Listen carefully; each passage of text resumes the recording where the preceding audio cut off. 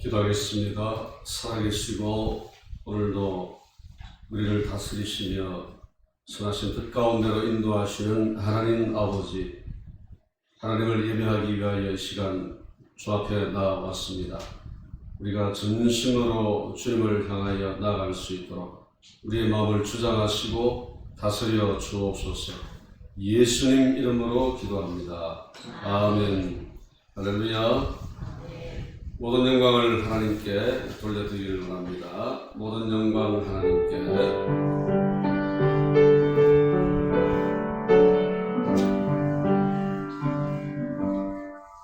모든 영광을 하나님께,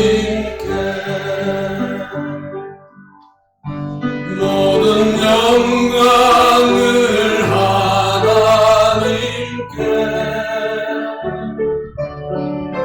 온 마음과 뜻 다해 주 사모합니다. 모든 영광을 하나님께. 예수님 찬양 받으소서.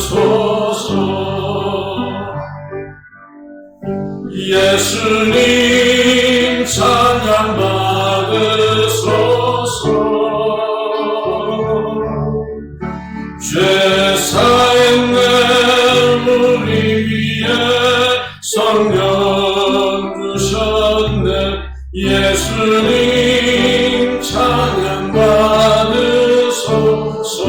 위로의 성령님이시여, 위로의 성령님이시여, 위로의 성령님이시여, 우리 안에 계셔서 인도하시네. 위로의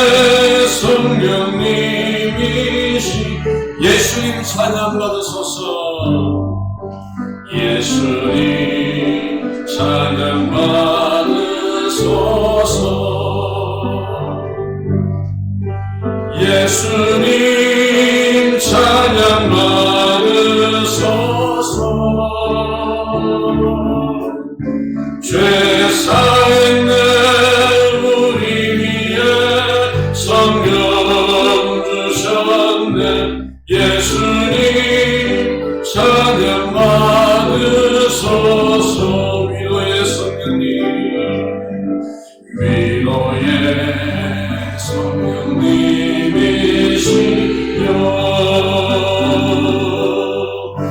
위로의 성령님이시여,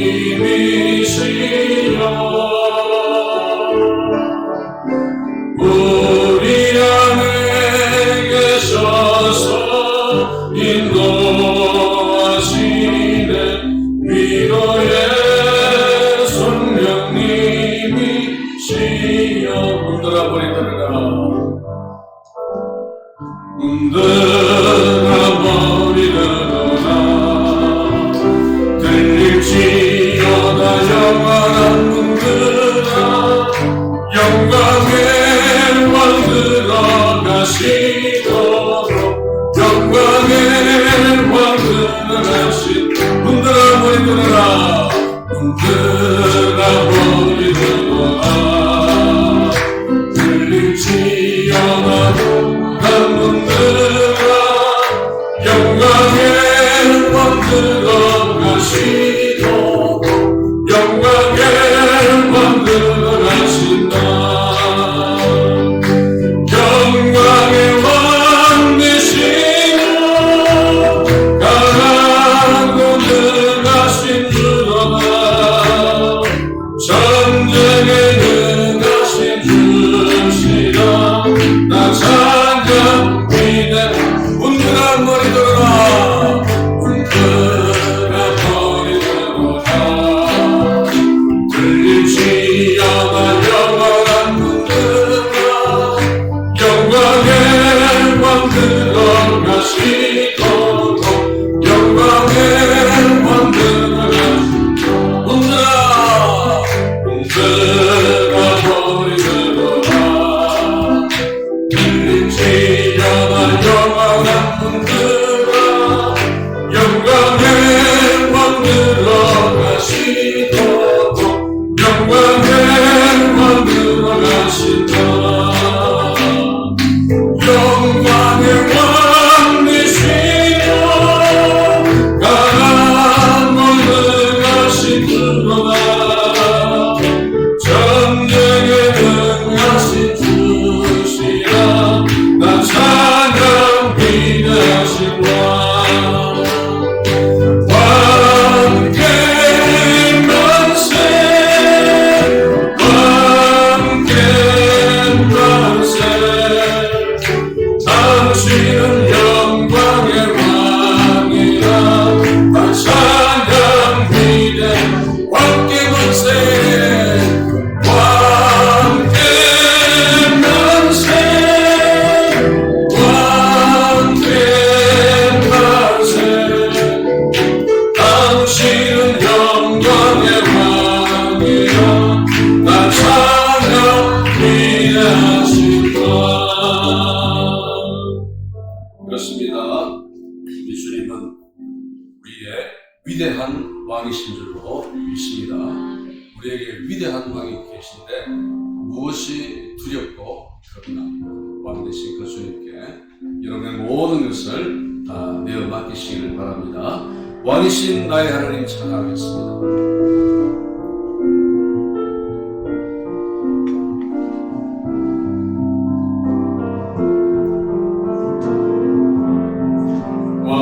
왕이신 나의 하나님, 내가 주를 높이고 영원히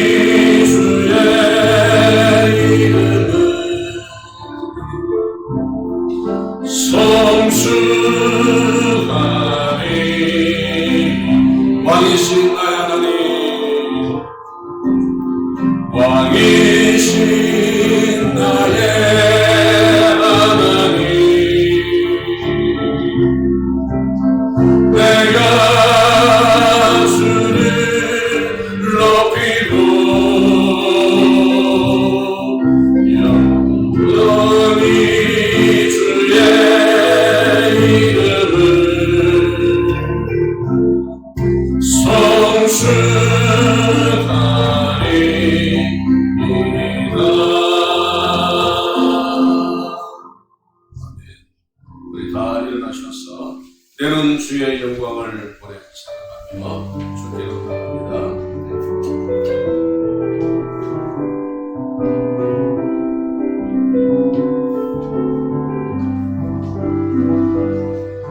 때는 주의 영광을 보내 우리 가운데 계신 주님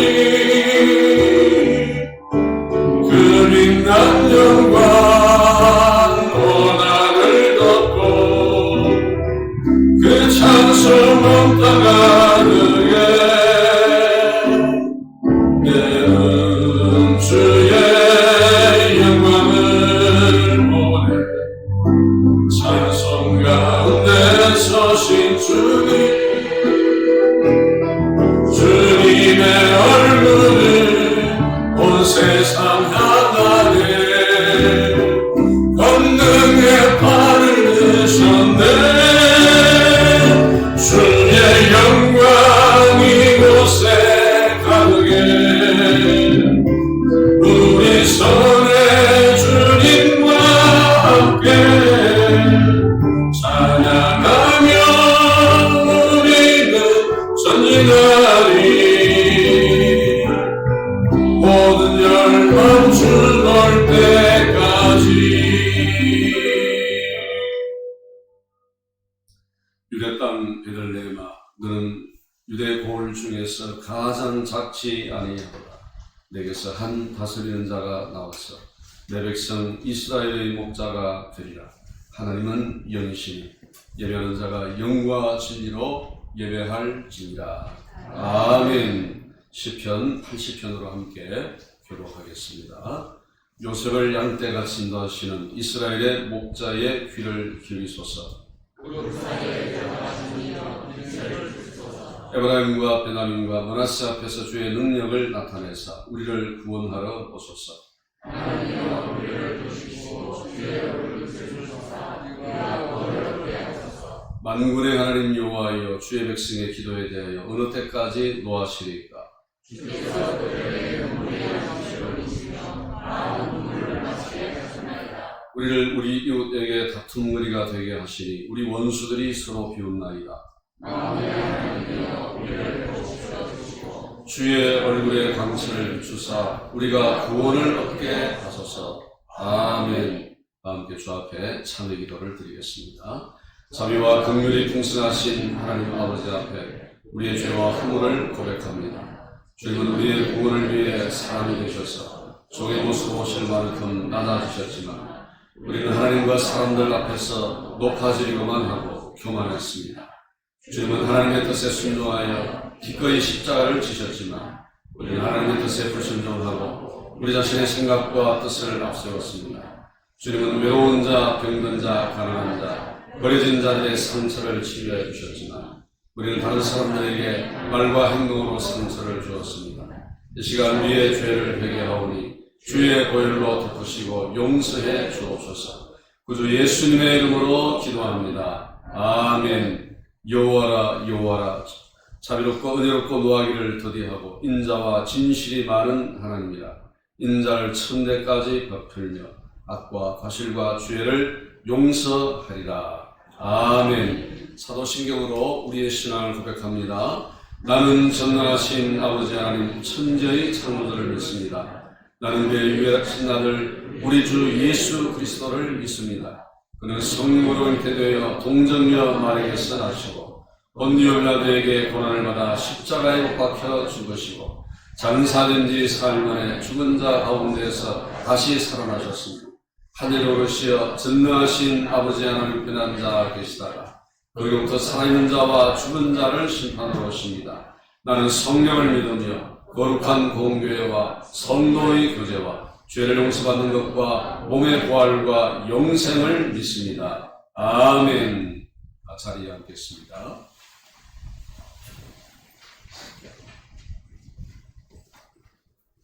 우리를 구원의 길로 인도하시고 요새가 떼어주시는 하나님, 감사와 찬양과 영광을 돌려드립니다.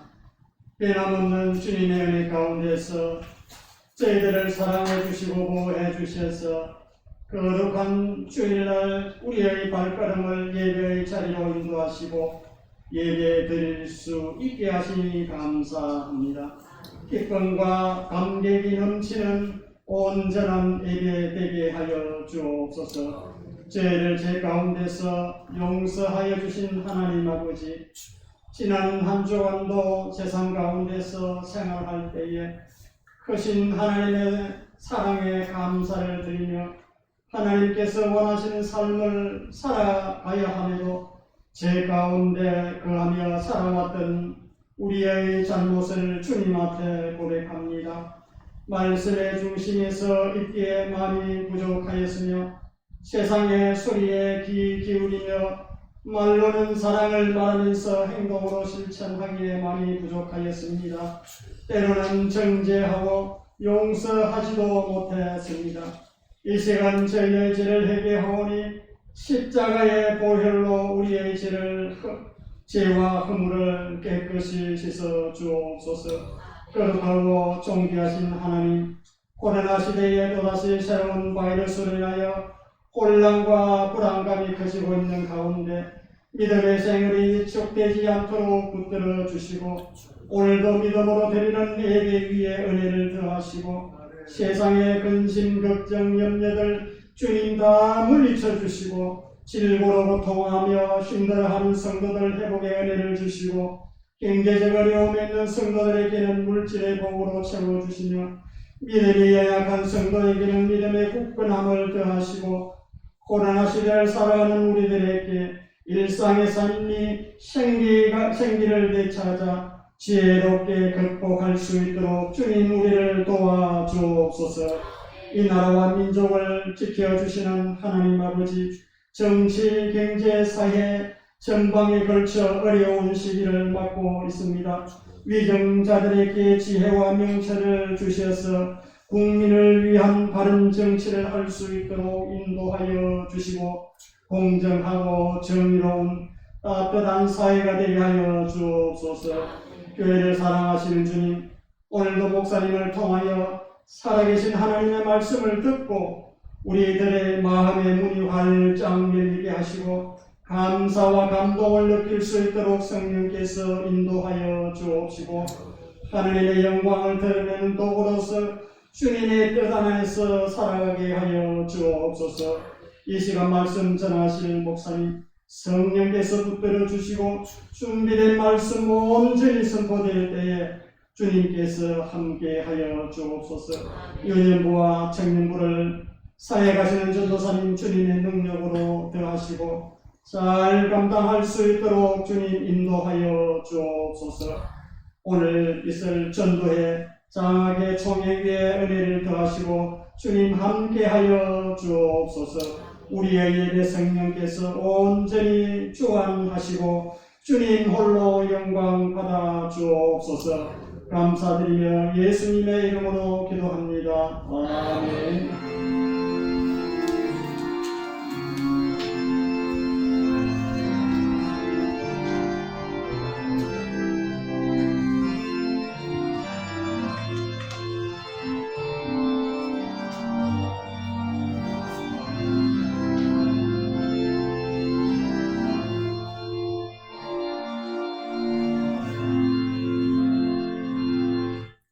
하나님 말씀을 보겠습니다. 빌립보서 3장 1절에서 3절 말씀입니다. 신약성경 321쪽 빌립보서 3장 1절에서 3절입니다.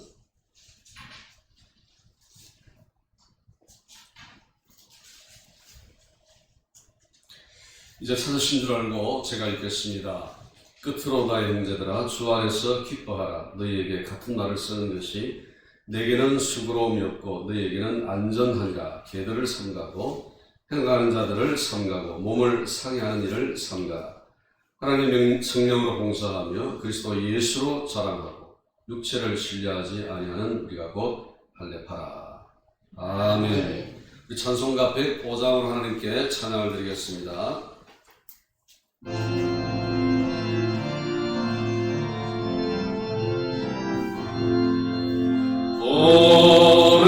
오랫동안 기다린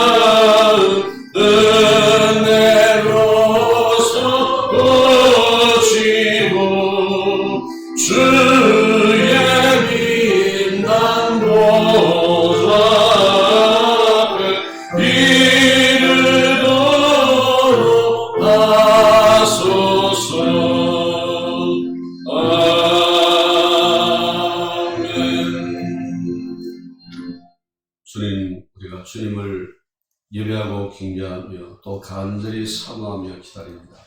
이 시간 우리 가운데 오셔서 말씀하여 주시고 그 말씀의 능력과 권능으로 우리를 덧입혀 주셔서 이 거칠고 험한 세월 믿음의 능력으로 이기며 승리하게 하여 주옵소서. 감사하고 예수님 이름으로 기도합니다. 아멘. 스바냐 3장 17절 말씀 함께 고백합니다. 시작. 너의 하나님 여호와가 너의 가운데 계시니 그는 구원을 베푸실 전능자이시라. 스바냐 3장 17절 말씀. 아멘. 전능하신 하나님께서 우리를 어떤 상황 속에서도 건져주시고 구원해 주실 줄로 믿습니다. 오늘은 예수로 자랑하고 라는 제목으로 함께 말씀의 은혜를 나누기를 원합니다. 신앙적인 관점에서 사람은 크게 두 부류로 나눌 수 있습니다. 자기 자신이나 또는 세상에 집중하면서 살아가는 사람인가는 또 다른 한 부류는 오직 주 예수 그리스도를 의식하고 그분께 집중하며 살아가는 사람이 있습니다. 오늘 본문의 이야기는 바로 이 두 종류의 사람에 관한 이야기입니다. 빌립보서 3장이 이제 끝으로 나의 형제들아 주 안에서 기뻐하라 하는 내용으로 시작이 되고 있습니다. 여기 끝으로라는 말은 결론적으로 마지막으로 이런 뜻이라기보다는 이제 앞에서 다루었던 내용들은 다 정리를 하고 새로운 주제로 내가 넘어가겠습니다 하는 사도 바울식의 표현 방법입니다. 이제 바울은 2장까지의 내용을 정리하고 3장부터 새로운 주제를 다루려고 하고 있습니다. 이제 빌립보서 1, 2장은 우리가 다 살펴보았는데 바울 자신의 이야기를 중심으로 펼쳐갔습니다. 그런데 이제는 자신의 이야기는 끝을 내고 빌립보 교회를 중심으로 이야기를 해 가겠습니다 라고 지금 서두를 그렇게 꺼내고 있습니다. 그런데 이제 그 첫 번째 내용이 주 안에서 기뻐하라 하는 내용입니다. 이 기뻐하라 하는 말씀은 빌립보서 전체에서 가장 중요한 표현이라고 할 수 있습니다. 기쁨은 빌립보서 전체의 주제입니다. 그런데 이제 이 기쁨은 그냥 기쁨이 아니라 좀 더 정확하게 표현하면 어떤 기쁨이라고 바울이 표현하고 있습니까? 그리스도 안에서 누리는 기쁨, 주 안에서 누리는 기쁨이라고 표현을 하고 있습니다. 이 기쁨은 세상적인 가치관이나 또는 환경에 근거해서 주어지는 그런 기쁨이 아니라 오히려 환경과 상황, 여건을 뛰어넘고 초월하는 그런 기쁨인 것입니다. 부자가 돼서 기쁘고 사업이 잘 돼서 기쁘고 출세하고 성공해서 기쁜 것이 아니라 비록 가난하고 몸도 아프고 사업에 실패했지만 그러나 내가 주님을 바라보고 주님을 의지함으로써 모든 어려운 상황과 환경을 극복하고 주님 안에서 누리는 기쁨, 바로 그 기쁨을 바울은 지금 이야기하고 있는 것입니다. 이제 빌립보서를 기록할 당시에 바울은 어디에 있습니까? 바울의 신분이 무엇입니까? 바울은 감옥에 갇혀있는 죄수의 신분이었습니다. 겉으로 볼 때는 바울이 기뻐해야 할 이유가 하나도 없습니다. 아니 세상에 감옥에 지금 갇혀 있는데 죄수의 신분이 되었는데 어떻게 기뻐할 수 있겠습니까? 자, 그런데 그럼에도 불구하고 지금 바울은 기쁨으로 그 마음이 충만한 상태에 있는 것입니다. 그 비결이 도대체 뭘까요?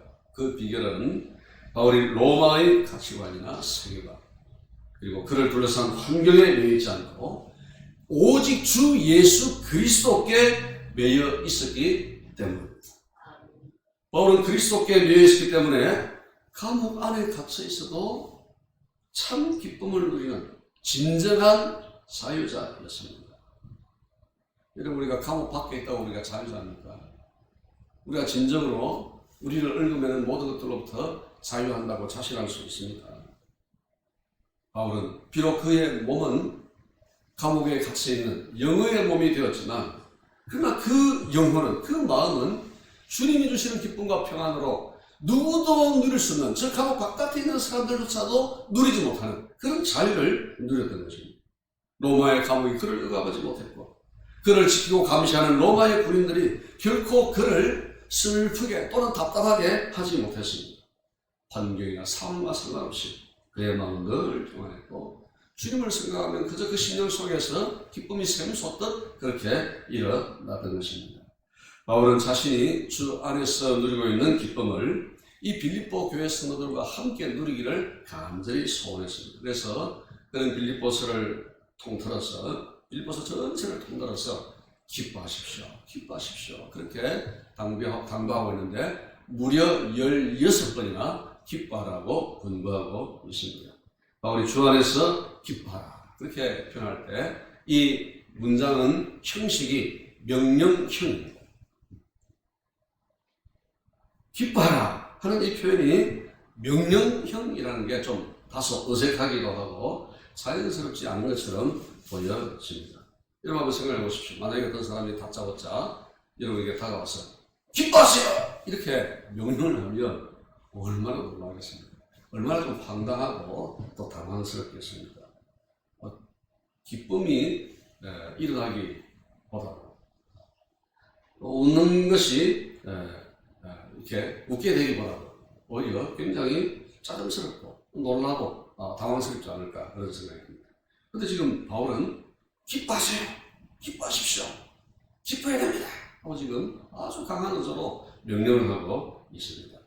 여러분, 이런 어떤 경우에 기뻐하시죠? 일반적으로 이 기쁨이라는 것은 외적인 조건에 대한 내적인 반응입니다.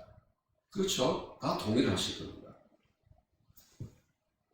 기뻐할 수 있는 외적인 상황이 되어야 우리가 기뻐할 수 있습니다. 뭔가 그 바깥에서부터 나를 웃기는 내용들이 있어야 우리가 웃을 수 있습니다. 우리가 아무런 일도 없는데 우리가 쭉 웃는다거나 막 기뻐한다거나 그런 표현을 하면 사람들이 어떻게 생각할까요? 저 사람 좀 이상하다. 빨리 누군가가 병원에 데려가야 되겠는데 아마 그렇게 생각할 겁니다.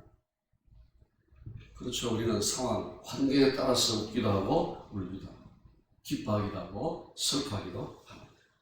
자, 그런데 이 바울은 그런 상황이나 환경과 전혀 상관없이 무작정 기뻐하라고 말씀을 하고 있는 것입니다. 도대체 그 이유가 뭐냐는 거죠. 그 이유는 우리의 기쁨은 환경이 주는 것이 아니라 주님께서 우리 안에서 만들어 주시는 것이기 때문에 그렇다는 것입니다. 물론 이제 우리가 그렇다고 해서 막 우리 감정을 억누르고 강제적으로 기뻐하는 것은 결코 바른 자세가 아니죠. 그런 억지 기쁨은 참된 기쁨이 아닙니다. 아침마다 거울을 바라보면서 김규환 오늘 하루 기뻐하자, 파이팅 하자, 아자아자 파이팅! 그렇게 한다고 해서 막 우리 마음이 막 기뻐집니까? 찬송가나 복음송 막 반복해서 자신의 감정을 막 자극해가면서 막 빠르게 막 그렇게 찬송을 부르면 막 우리 마음이 기뻐집니까? 제 어머니 등살에 못 이겨서 초등학교 때부터 어릴 때부터 부흥회를 막 쫓아다닙니다. 옛날에 부흥회를 가면 얼마나 찬송을 빨리 하는지 예, 어서오시라 하면서 막 그렇게 막 전혀 과장되지 않고 이런 정도의 속도로 어떤 사람들은 어떤 성도들은 막 의자에 앉았는데 붕붕 뜹니다. 막 그렇게 막 찬송합니다. 빈들의 마른 풀같이 이런 찬송을 빈들의 메트로놈 표시가 그 수치가 60이거든요. 그러면 빈들의 마른 풀같이 이런 정도로 해야 되는데 빈들의 마른 풀같이 모르겠습니다. 그렇게 한번 찬송하고 나면 좀 스트레스를 풀려는지 모르겠지만 주님 그런 식으로 우리에게 기쁨을 주시는 건 그렇게 많으시거든요. 우리가 주 안에서 기뻐하기 위해서는 먼저 두 가지를 깨달아야 됩니다. 내가 누군가, 나 자신이 어떤 존재인가를 깨달아야 됩니다. 그리고 또 하나는 나를 구원하신 하나님의 그 구원의 은혜와 사랑과 은총이 얼마나 대단하고 위대한가.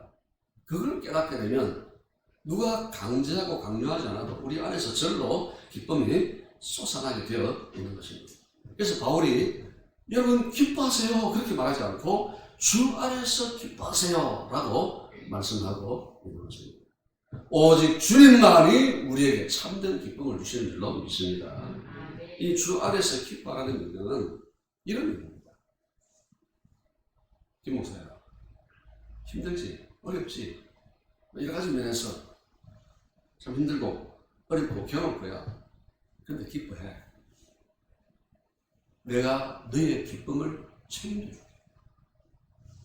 주 안에서 기뻐하는 말의 의미는 내가 너의 기쁨을 책임져줄게. 그래서 너는 기뻐해야 돼. 그런 뜻입니다. 여러분, 주님께서 우리에게 주시는 기쁨은 결코 우리를 영원히 실망시키지 않습니다. 왜냐하면 그 기쁨을 주시는 주님이 영원한 분이시기 때문에 그렇습니다. 우리가 아무리 힘든 상황 속에 놓여질지라도 그것이 주님이 주시는 기쁨을 우리에게서 결코 빼앗아가지 못합니다. 여러분, 살아온 지난 세월들, 그 시간들을 한번 돌이켜보시고 곰곰이 생각해 보십시오. 그리고 여러분의 인생 가운데 중요한 시간들, 중요한 순간들, 고비들이 있었을 텐데 그럴 때마다 주님께서 여러분을 위해서 무엇을 하셨는지를 한번 생각해 보시고 따져 보시길 바랍니다. 힘든 고비도 참 많았고 아프고 고통스럽고 슬픈 순간도 참 많았겠지만 그러나 주님 때문에 그리고 그 주님의 은혜로 우리가 여기까지 올 수 있었던 줄로 믿습니다. 우리가 그걸 생각하면 마음 깊은 곳에서부터 감사와 기쁨과 미소의 물결이 밀려오는 것을 우리가 얼마든지 느낄 수 있을 것입니다. 주 안에서 기뻐할 것을 명령한 이 바울이 이번에는 삼가하고 경계해야 할 것에 관해서 말씀을 하고 있습니다. 1절 하반절부터 2절 말씀을 한번 보십시오. 너희에게 같은 말을 쓰는 것이 내게는 수고로움이 없고 너희에게는 안전하니라. 계들을 삼가고 행하는 자들을 삼가고 몸을 상해하는 일을 삼가라. 이게 보니까 계들을 삼가고 행하는 자들을 삼가고 몸을 상해하는 것을 삼가라. 그렇게 말씀을 하고 있습니다. 당시 초대 교회를 막 흔들어대는 두 가지 이단 사상이 있었습니다. 하나는 영지주의고 하나는 율법주의였습니다. 영주의라는 것은 뭔가 하면 영은 선한 것이고 육체는 악한 것이다. 이렇게 규정을 하고 그리고 결론적으로는 예수님의 인성을 예수님의 사람 되심을 부인합니다. 율법주의는 그 특징이 구원을 얻는 데 있어서 믿음만 가지고는 구원을 얻을 수 없고 뭔가 우리 편에서 공로가 필요하다. 행위가 거기에 더해져야 구원을 받을 수 있다라고 주장하는 것이 율법주의입니다. 그런데 이제 이 빌립보 교회가 이 영지주의와 율법주의 이 두 이단 사상의 위협을 받고 있었습니다. 그래서 바울이 2절부터 21절까지 아주 긴 내용을 가지고 이 율법주의자들을 조심하라고 권면을 하고 있습니다. 바울이 지적을 하고 있는 이 행하는 자, 몸을 상해하는 자 모두 율법주의자들을 지칭하는 표현입니다. 바울은 이 행하는 자, 상해하는 자를 한데 묶어서 삼가라 이렇게 표현할 수도 있는데 일일이 삼가라는 단어를 사용하고 있습니다. 개를 삼가라, 행하는 자를 삼가라, 상해하는 일을 삼가라. 구체적으로 지적을 하면서 세 번 반복해서 삼가라고 명령하고 있습니다. 그만큼 이 율법주의자들을 조심하라는 의미입니다. 여러분 성경에 계라는 용어가 자주 이제 등장을 하죠. 그런데 이제 성경에서 이 계라는 이 표현은 이중적인 의미로 사용이 됩니다. 자신을 가리켜서 계다 이렇게 표현할 때는 겸손의 의미가 있습니다. 나는 하찮은 존재입니다. 개와 같은 그런 짐승 같은 존재입니다. 하는 의미에서 자기를 낮추는 겸손의 의미가 있습니다. 그런데 이제 이 단어를 다른 사람을 향하여 사용할 때는 경멸의 의미가 있죠. 이 고대 근동 지방에서 주인 없는 개들이 무리를 지어 다니면서 쓰레기 더미를 막 뒤지고 사람들을 공격하고 위협하는 이런 일들이 많았습니다. 그래서 이제 이 개라는 짐승이 사람들에게 경멸과 경계와 혐오의 대상이 되었습니다. 자, 근데 이 유대인들은 이방인들을 극도로 싫어합니다. 이방인들을 어느 정도로 경멸했는가 하면 우리 유대인을 제외한 이방인들은 지옥의 뭐라고 표현했습니까? 지옥의 뗄감이다. 지옥은 뜨거운 곳이지 않습니까? 그 지옥을 무엇으로 뜨겁게 만드는가 하면 이방인들을 태워서 뜨겁게 만든다고 생각했습니다. 그 정도로 유대인들은 이방인들을 실었습니다. 얼마나 유대인들이 이방인들을 경멸하고 또 미워하고 혐오스러운 대상으로 생각을 했으면 개라는 표현을 했겠습니까? 자, 그런데 오늘 본문에서 바울은 오히려 반대로 표현하고 있습니다. 율법주의자들을 개라고 표현하고 있습니다. 율법주의자들은 대부분 누굽니까? 거의 100% 유대인들입니다. 이 바울이 자기 동족 유대인들을 가리켜서 개라고 표현한 것입니다. 여러분, 이 유대인들을 가리켜 개라고 표현하는 것은 유대인들에게 굉장히 모욕적인 표현이죠. 빌립보 교회 성도들의 대부분은 이방인들입니다.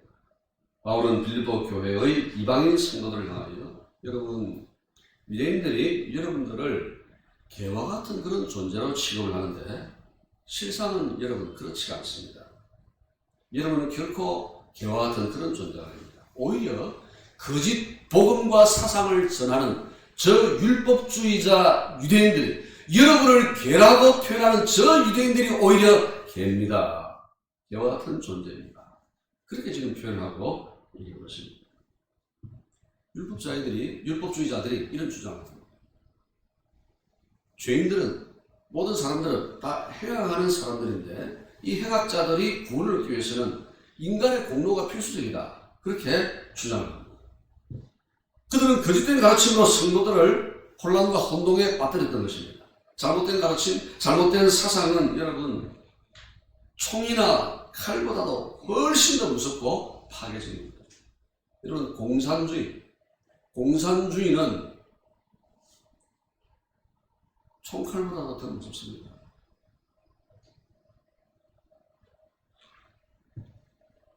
사상이라는 것은 그렇게 무서운 것입니다. 총이나 칼은 제한된 몇몇 사람에게만 해를 끼치지만 이 잘못된 사상은 한 사회나 한 민족을 그냥 여지없이 무너뜨리고 부숴버리고 마는 것입니다. 그러므로 진짜 행악자는 누구죠? 이방인들이 아니라 율법주의자들인 것입니다. 바울이 지금 그 이야기를 하고 있습니다. 바울은 몸을 상해하는 일을 삼가라 그렇게 표현하고 있습니다. 이 몸을 상해하는 일은 할례와 관련해 있습니다. 몸을 상해하는 일, 또 할례파라는 이런 단어들이 그 말의 뿌리가 한 단어에서 나왔습니다. 할례를 페리토메라고 말하는데 몸을 상해하는 일은 카타토메라고 이렇게 표현을 합니다. 같은 토메입니다. 하나는 페리토메, 하나는 카타토메. 그러므로 바울이 말하는 몸을 상해하는 일은 할례를 의미하는 것입니다.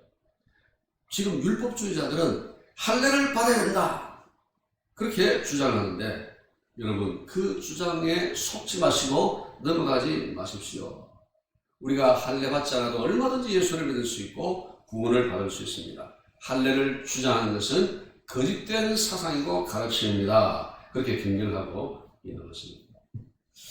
여러분, 우리가 할례를 꽤 잘 알고 있습니다. 구약시대 때 할례는 하나님과 이스라엘 백성들 간의 언약의 징표, 정표였습니다. 하나님과 이스라엘 백성들 간에 언약을 맺었습니다. 하나님은 이스라엘 백성들의 하나님 되시고 이스라엘 백성들은 하나님의 백성이 되며 이스라엘 백성들은 하나님의 그 말씀을 지키고 하나님의 말씀을 지키는 그 이스라엘 백성들을 하나님은 지켜주시고 보호해 주시겠다는 약속, 언약을 맺으신 것입니다. 쌍방에 이렇게 약속을 맺었습니다. 그리고 그 언약의 증표로 하나님 이스라엘 백성들에게 할례를 행하도록 해라 하고 명령을 해줬습니다. 자, 그런데 여러분 한번 생각해 보십시오. 할례의 진정한 의미와 본질이 무엇일까요? 그것은 몸의 살점의 일부를 떼어내는 것에 있는 것이 결코 아닙니다. 할례의 본질과 진정한 의미는 하나님과 맺은 그 언약을 기억하고 하나님 말씀을 지키고 순종하며 사는 것, 그것이 할례의 진정한 의미입니다. 그게 할례의 진정한 가치죠. 근데 이제 이스라엘 백성들은 할례의 그 본질은 다 잊어버리고 단지 할례의 그 행위, 몸의 일부를 떼어내는 그 행위 자체를 자랑으로 삼았던 것입니다. 그 결과 할례는 형식적인 종교 행위로 변질되어 버리고 말았던 것입니다. 여러분, 정표와 본질은 전혀 별개의 것입니다. 그렇죠? 결혼을 예로 들어서 한번 우리가 생각을 해보십시다. 결혼에 있어서 신랑 신부들이 중요하게 여기는 것이 무엇입니까? 결혼식, 그리고 그 결혼식을 어디서 할 것인가? 결혼식장, 그리고 혼인 서약, 그리고 결혼 반지, 이런 것들을 중요하게 생각합니다. 자, 그런데 그런 것들은 정표에 지나지 않습니다. 정표일 뿐입니다. 그 자체가 결혼의 본질은 아니죠. 결혼의 본질은 무엇입니까? 두 사람이 만나서 가정을 이루어 부부가 되고 서로 사랑하고, 또 상대가 잘못하고 실수했을 때 용서하고, 좀 내 마음에 미치지 않고 좀 부족해도 좀 이해를 하고 또 기다려주고 서로 연락함을 돕고, 또 한 가지 중요한 것은 서로를 더 성숙하게 만들고 서로를 빛나게 하는 것. 그게 결혼의 본질이 아닐까요? 근데 결혼에 이런 본질은 다 외면한채 어떤 사람은 나는 수억 원짜리 결혼식을 했다. 그게 사실인지 모르겠습니다만 제가 꽤 오래전에 어떤 뉴스를 보니까 중동의 어떤 가문들에 수천억 원을 들여서 결혼식을 했다고 막 신문에 대문짝만하게 뉴스거리로 나오고 그런 것을 봤는데, 그런 대단한 결혼식을 하고 수십억 원, 수백억 원 하는 그런 막 다이아 반지를 손에 끼고 그렇게 한다고 해서 행복한 부부, 행복한 가정, 건강한 부부가 될 수 있는 것일까요? 결코 그렇지 않습니다. 성경이 가르치는 결혼은 그런 결혼이 아닙니다. 우리가 자꾸 본질, 그것의 진정한 가치와 의미는 자꾸 놓치고 형식과 정표를 따라가려고 하는 그런 경향이 많습니다. 율법주의자들은 하나님의 말씀대로 사는 것에는 별로 관심이 없고, 아니 그에 관심이 없고, 아예 관심이 없고, 할례라는 그 행위 자체만 고집이었습니다. 그리고 자신들의 몸에 할례를 행했다는 그 사실을 자랑하며 우쭐댔습니다. 그러니까 그들에게 있어서 이 할례라는 것은 마치 부적 같은 것이었습니다. 구약시대 때 가나안 땅의 이방인들은 자기 몸을 악기로부터 보호한다는 명목으로 몸에 온갖 종류의 무늬와 형상을 새겼습니다. 그래서 하나님께서 그걸 보시고 유대인들이 그걸 따라할까 싶어서 그렇게 하지 말라고 경계하시고 경고하셨습니다. 그 내용이 여러분 레위기 19장 28절에 나옵니다. 하나님께서 말씀하시기를 너희 살에 문신을 하지 말며 무늬를 놓지 말라. 너희 살에 문신을 하지 말고 무늬를 놓지 말라. 혹시 몸에 문신이 있는 분들은 오늘 집에 가시면 다 지우시기 바랍니다. 이방인들처럼 마치 그 몸에 있는 무늬가 자기를 지켜주는 것으로 착각을 하고 그렇게 몸에 상처를 내는 어리석은 미련한 불신앙적인 행동을 하지 말아라. 레위기 19장에서 하나님께서 그렇게 말씀하신 것입니다. 하나님께서 원하시는 것은 몸의 할례가 아니라 마음의 할례인 것입니다. 하나님의 은혜를 깨닫고 구원의 감격 속에서 하나님의 말씀대로 살고 몸부림을 치고 주님 안에서 기뻐하는 것을 하나님께서 오늘 우리에게서 원하시는 것입니다. 그런데 당시에 그 율법주의자들은 하나님의 은혜는 가볍게 여기고 아무것도 아닌 것처럼 실험해버리고 자신의 행위를 강조함으로써 주 안에서 기뻐하라가 아니라 너희의 행위로 기뻐하라고 그렇게 부추겼던 것입니다. 이단 사상을 가지고 있는 사람들은 과거나 지금이나 항상 교회 밖에 있지 않고, 좀 교회 밖에서 활동하면 좋겠는데 교회 밖에 있지 않고 교회 안으로 들어옵니다. 여기에 문제가 있습니다. 그래서 교회 안을 혼란스럽게 만들고 이미 예수 그리스도를 잘 믿고 있는 사람을 영적으로 미혹하고 유혹을 하는 것입니다. 그래서 나중에 교회를 파괴합니다. 대표적인 이단 집단이 누굽니까? 저 신천지 아닙니까? 신천지 사람들은 좀 규모가 큰 교회는 어떻게 할 수가 없으니까 규모가 작은 교회에 들어가서 뭐 몇 년이든 열심히 신앙생활을 하고 다른 엉뚱한 짓 안 하고 건강하게 신앙생활 한 척 그렇게 하면서 권사가 되고 안수집사가 되고 장로가 되고 그렇게 해가지고는 그 교회를 완전히 뒤집어버리고 신천지로 접수를 해버리는 이런 일들이 지금 한국 교회에서 일어나고 실제로 일어나고 있는 거예요. 그러므로 우리가 정신을 바짝 차리고 이런 이단과 거짓된 사상들을 경계하고 삼가할 줄로 믿습니다. 바울이 3절에서 율법주의를 주장하는 사람들이 할례파를 기록합니다. 오히려 우리가 진정한 할례파다 그렇게 선언하고 있습니다. 여러분 3절 보십시오. 하나님의 성령으로 봉사한 그리스도 예수로 자랑하고 육체를 신뢰하지 아니하는 우리가 곧 할례파라. 그렇게 지금 바울이 말씀을 하고 있습니다. 바울은 진정한 할례파의 특징 3가지를 말씀하고 있는데 첫 번째는 하나님의 성령으로 봉사하는 사람이 진짜 할례파다 그렇게 말씀하고 있습니다. 이게 봉사다 하는 이 단어가 헬라어로 라트류오라고 하는데 이 단어는 예배드리다, 섬기다 그런 뜻입니다. 주님께서 이제 공생애를 막 시작하시면서 40일 특별 금식을 하셨습니다. 금식을 다 끝내고 이제 공생애를 막 시작할 요령이신데 사단이 찾아오더니 천하만국을 보여주면서 천하만국의 그 영광을 보여주면서 자기에게 경배하는 그것을 다 주님께 주겠다고 그렇게 거짓말하는 겁니다. 그때 주님께서 뭐라고 하셨습니까? 누가복음 4장 8절 보면 예수께서 대답하여 이르시되 기록된 바 주 너의 하나님께 경배하고 다만 그를 섬기라. 다만 그를 섬기라 할 때 이 섬기라는 단어가 오늘 본문의 봉사다는 단어와 똑같습니다. 라트류오입니다. 우리가 어떤 그리스도인인지를 확인하는 저울이 있다면 그것은 예배에 대한 그 사람의 태도입니다. 그 성도가 예배에 대해서 어떤 가치관을 갖고 있는가, 어떤 태도를 갖고 있는가, 그걸 보면 그 사람이 진정한 그리스도인인가 아닌가 하는 것을 우리가 어느 정도는 가늠할 수 있다는 것입니다. 여러분, 왜 하나님께 예배를 드리시죠? 여러분 스스로 만족하기 위해서입니까?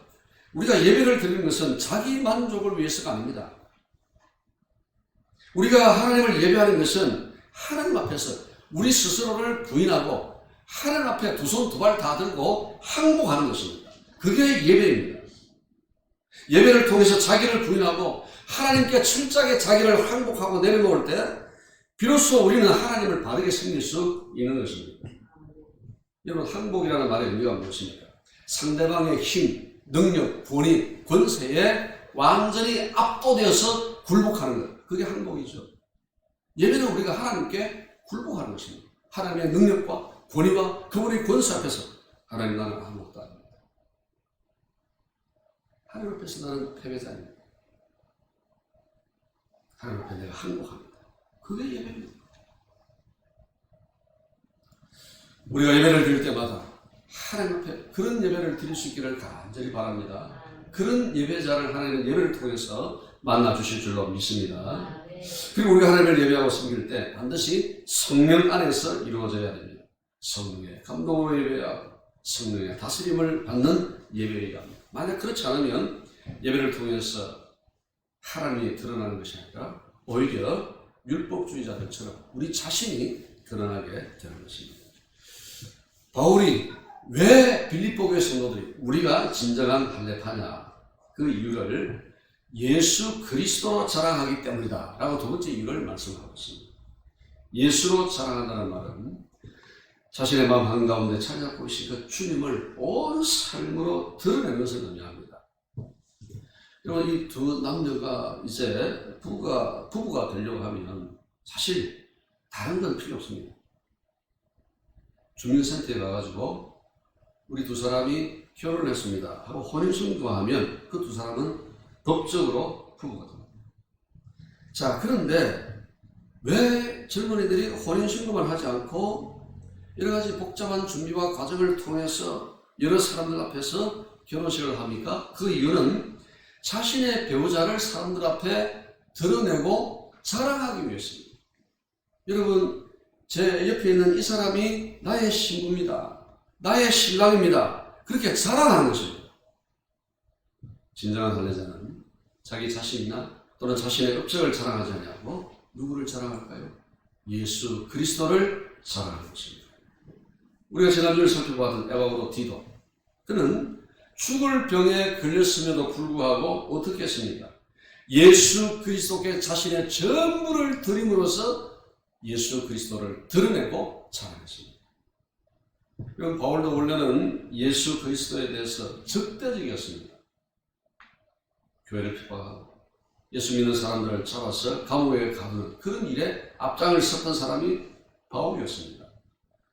그러나 주님은 그런 바울을 찾아가 주시고 그를 주님의 사도로 삼아주셨습니다. 그래서 바울이 남은 인생을 이제는 더 이상 자신을 위해서 살지 않고 오히려 자신을 위해 몸을 버려주신 그 주님을 위해서 살기로 작정을 했던 것입니다. 그래서 바울이 갈라디아서 6장 14절에서 이런 고백을 합니다. 우리 다 같이 한번 읽어보겠습니다. 시작. 그러나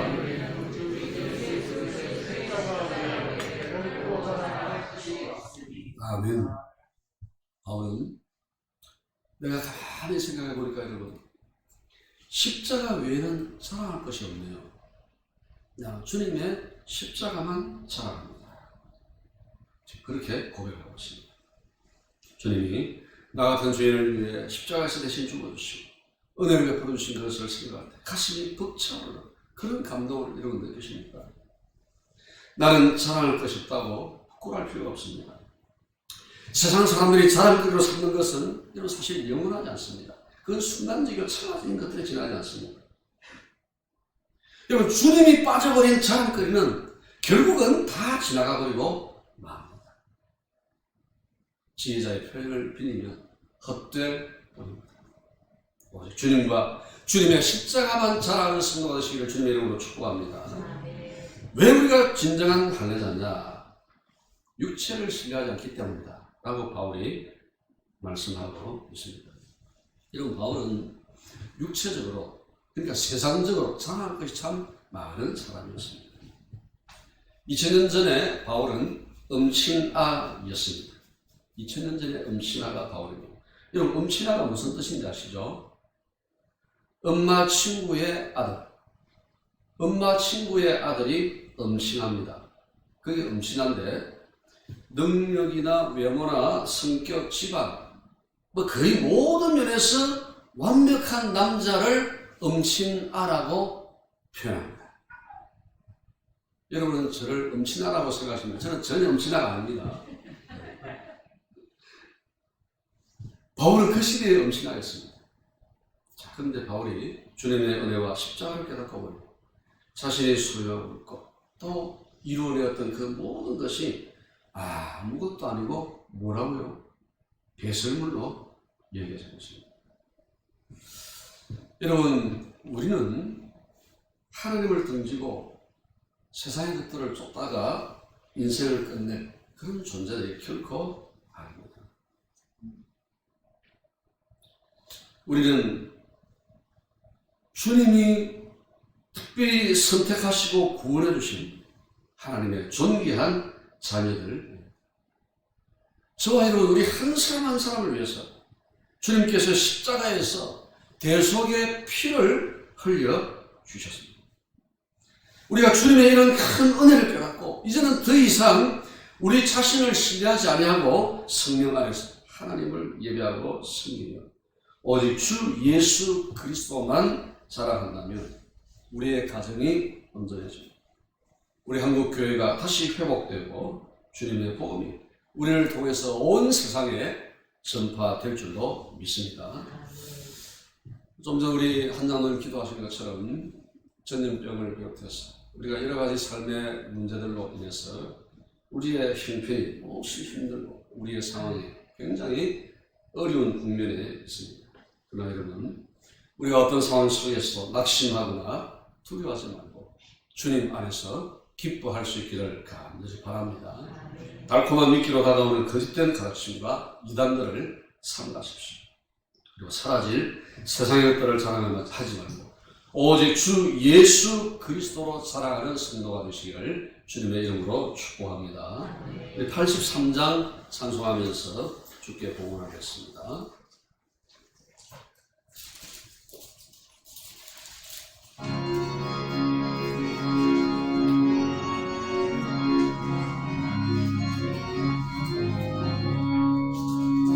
나의 마음에 근심 구름 가득하게 덮이고 슬픈 눈물 하염없이 흐를 때 인자하고 부드러운 음성으로 부르사 나를 위로하니 누가 있을까. 주 예수 주 예수 주 예수밖에 누가 있을까. 슬퍼 낙심될 때에 내 친구 되시는 그 주 예수밖에 없도다. 무거운 짐 등에 지고 인생 길을 가는 자 힘이 없어 쓰러지게 할 때에 능력 있는 팔을 펴서 나의 손을 붙들어 나를 구해주리 누가 있을까. 주 예수 주 예수 주 예수밖에 누가 있으랴. 낙심될 때에 내 친구 되시는 그 주 예수밖에 다시 없도다. 지은 죄를 돌아보니 부끄럽고 괴로워 자나깨나 맘에 평안 없을 때 주한 죄인 용납하사 품에 안아주시고 깨끗하게 살이 누가 있을까. 주 예수 주 예수 주 예수밖에 누가 있으랴. 슬픈 낙심될 때에 내 친구 되시는 그 주 예수밖에 다시 없도다. 요단강을 건너가서 시온성을 향할 때 나와 항상 날이 누굴까. 두려움의 검은 그릇 모두 헤쳐버리고 나의 갈 길 인도하리 누굴까. 주 예수 주 예수 주 예수밖에 누가 있으랴. 슬퍼 낙심될 때에 내 친구 되시는 그 주 예수밖에 다시 없도다. 하나님 아버지, 우리가 주변을 둘러보고 우리의 상황과 환경을 보면 슬퍼할 수밖에 없고 낙심할 수밖에 없고 절망할 수밖에 없고 원망할 수밖에 없습니다. 그런데 오늘 바울은 빌립보서의 말씀을 통해서 우리에게 기뻐하라고 도전하고 있습니다. 우리가 세상적으로는 겉으로는 기뻐할 하등의 이유가 없지만 주님을 생각할 때 기뻐할 수 있는 줄로 믿습니다. 힘들 때, 공부할 때, 괴로울 때, 낙심되고 슬플 때 주님을 생각하고 주께서 나를 위해서 행하신 일들을 기억하며 주 안에서 그 어느 누구도 빼앗아갈 수 없는 기쁨을 누리는 우리가 다 되게 해 주옵소서. 주님, 우리 주변에 거짓된 교훈과 가르침을 증가하고 선포하는 그런 이단들이 참 많습니다. 그들로부터 우리를 지켜 보호해 주시고 오직 하나님의 말씀에 입각해서 우리가 하나님을 믿고 섬기며 우리에게 주어진 이 믿음의 길을 온전히 달려갈 수 있도록 도와주옵소서. 주님, 세상 사람들은 자신이 이루어낸 업적과 세속적이고 세상적인 것들을 뽐내고 자랑합니다. 그러나 따지고 보면 그런 것들은 주님과 전혀 상관없을 때 아무런 의미가 없고 결국은 헛것에 지나지 않음을 우리가 깨닫습니다.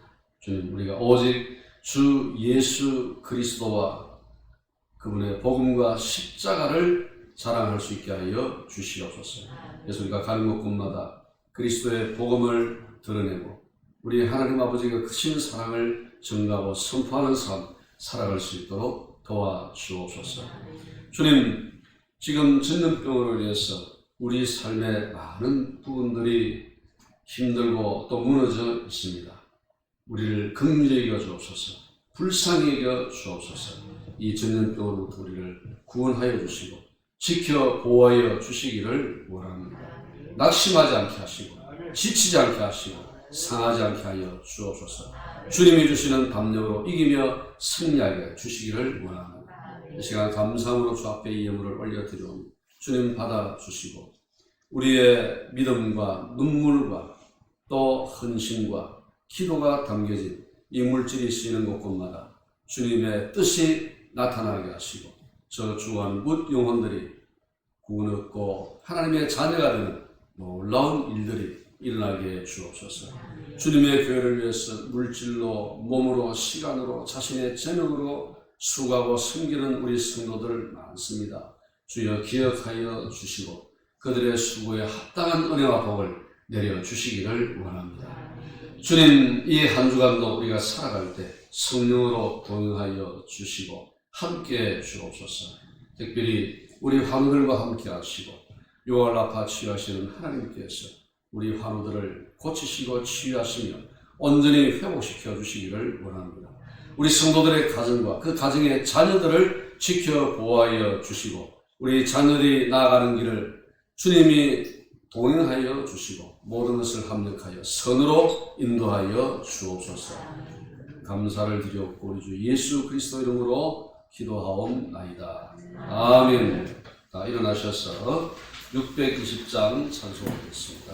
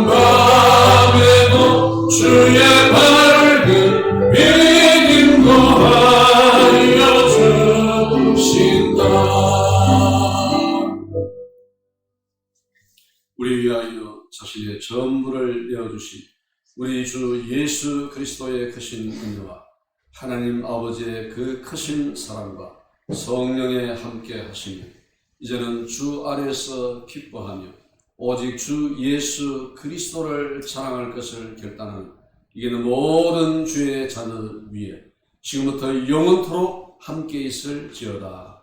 아멘.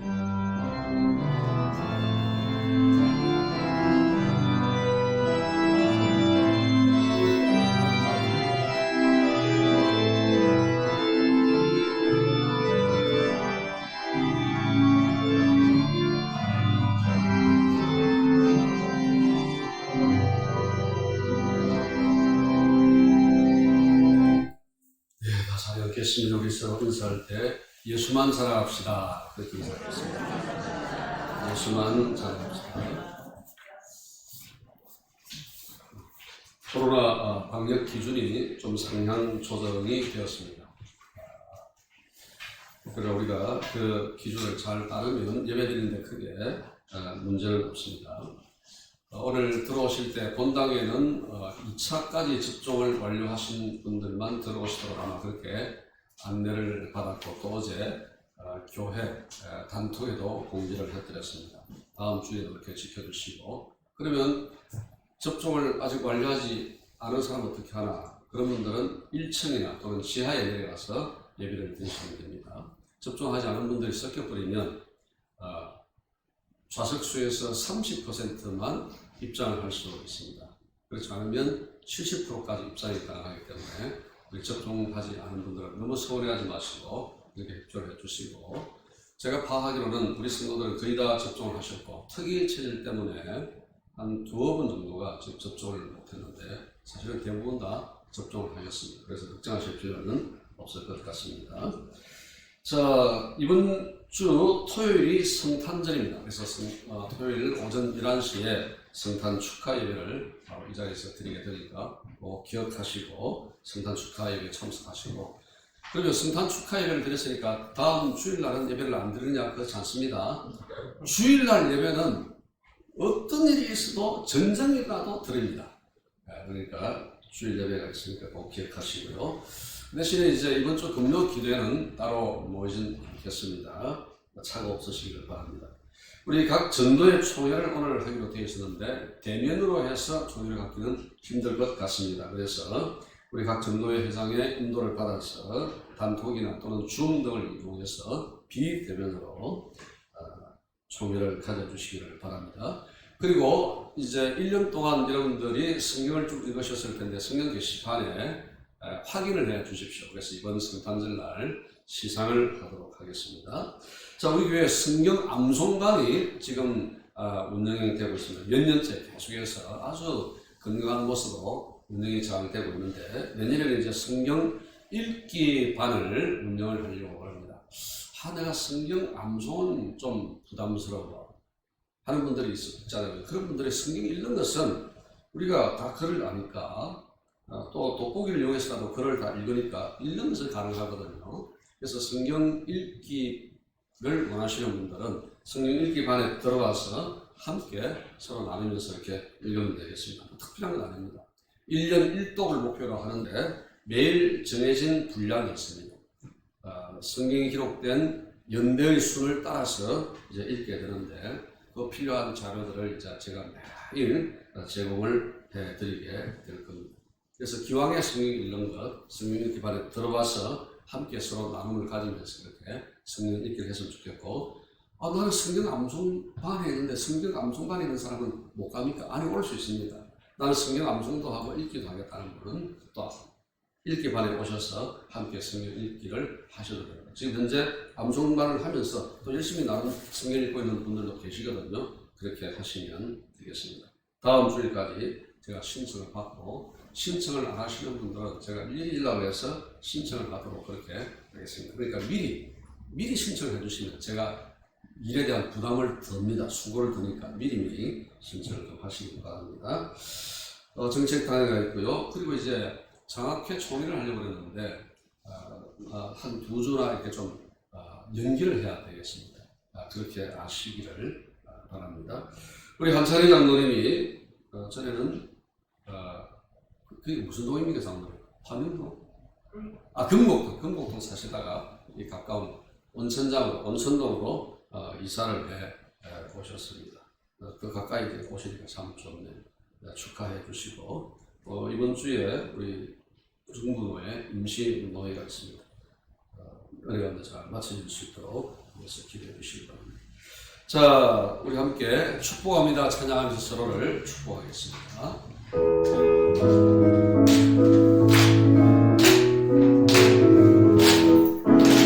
축복합니다. 주님의 이름으로 축복합니다. 주님의 사랑으로